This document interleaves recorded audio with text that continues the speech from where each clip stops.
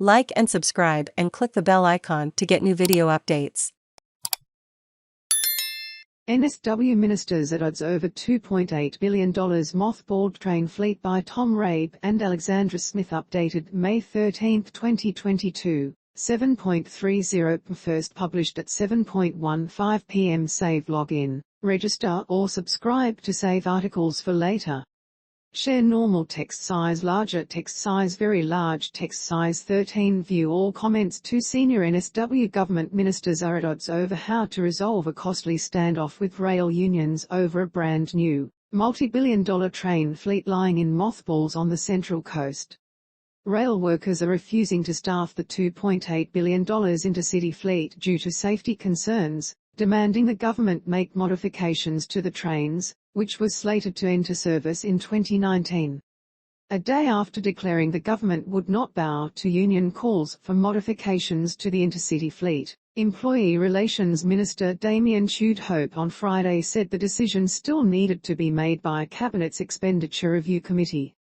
Transport Minister David Elliott and Employee Relations Minister Damien Hope credit Brooke Mitchell/Nick Moir. My position in relation to this particular claim is that I could not support it.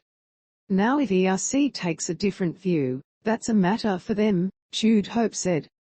Thomas Costa, Union's NSW Assistant Secretary and lead negotiator for the rail unions, said Hope blindsided the unions on Thursday when he indicated that after 6 weeks of talks he would not be supporting any changes to the intercity fleet. Costa said he believed it was still a matter for Cabinet to determine until Hope made a snap announcement that the government would not consider any changes to the $2 billion fleet. A new intercity fleet train sits idle in a Central Coast maintenance facility amid a prolonged standoff between rail unions and the NSW government. Credit Tom Rabe. We feel like we have been pulled into a political spat, he said. Costa said that the safety of the fleet was the union's major consideration. I think members would forego a pay rise to ensure the safety of the community. Hope's position put him at odds with Transport Minister David Elliott, who was also caught off guard by Hope's announcement after spending 6 weeks in negotiations with the rail, tram and bus union. Elliott on Friday reiterated he intended to take the union's call for modifications to the train fleet to Cabinet, and confirmed he had requested an audit of the cost. I was always open for improvements to safety. If the union could argue that there was a cost-benefit for improvements, that was certainly something that I would be quite happy to entertain, Elliott said. Minister for Transport and Veterans David Elliott, Treasurer and Minister for Energy Matt Keane, Minister for Finance and Employee Relations Damien Hope view the new intercity fleet at Kangianji Maintenance Center on Friday. Credit Tom Rabe. In my good faith arrangements with the union, I said, I can't guarantee that ERC will agree to all of your requests, all of your log of claims, but I have given them a good faith commitment that I will prosecute their claims. Hope estimated the cost of the modifications to allow guards to open the train doors would be about $1 billion, though senior government sources have indicated the cost could be considerably lower.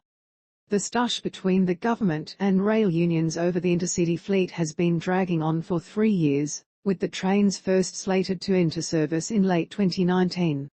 While senior members of the state government are reluctant to make any modifications to the train fleet that has been deemed safe by the Office of Transport Safety, a prolonged standoff with unions will also prove costly.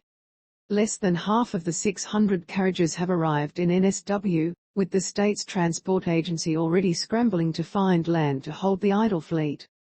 TrainLink NSW Chief Executive Dale Merrick confirmed one option available to the state was requesting the Korean manufacturer pause production.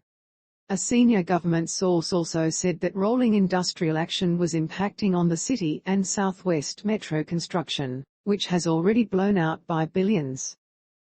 Hope insisted the train fleet was high quality and met national and international standards. The latest breakdown in negotiations comes after the entire rail network was shut down on February 21, sparking days of transport chaos for commuters. While RTBU Secretary Alex Claassen said his union would not be goaded into taking snap strikes, he has not ruled out further industrial action. The Morning Edition newsletter is our guide to the day's most important and interesting stories, analysis and insights. Sign up here. Thank you for reading the Herald. This article is complimentary. Register or log in now to read more articles and unlock extra benefits. No payment required. Read more. Continue with Google, continue with Apple, or email address continue by continuing. You agree.